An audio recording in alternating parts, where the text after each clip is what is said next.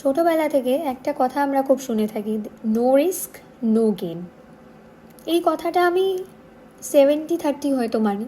Of course যদি risk জীবনে না নিই বুঝতেই পারবো না কোথা থেকে গেন হবে। তবে জীবনে অনেক সময় আমার মনে হয় কোথায় থামতে হবে সেটা জানা উচিত। আমি নিজের জীবন থেকেই সবসময় কথা বলি। এই কথাগুলো কাউকে উদ্দেশ্য করে নয়, একদম নিজেকে উদ্দেশ্য করে। অনেক সময় কি হয়, অনেক কিছু ভালো লাগে, বাট সেটার মধ্যে কন্ট্রোল আনাটাও কিন্তু খুব একটা বড় ব্যাপার।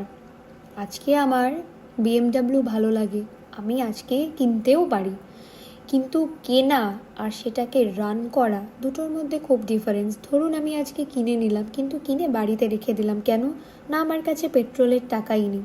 তাহলে আমি কি করব? গাড়ি তো কিনে নিলাম, কিন্তু চালানোর তো ক্ষমতা নেই। সেই জন্য আমার মনে হয় আমাদের জীবনে কিছুটা ভেবেচিন্তে ডিসিশন নেওয়া উচিত।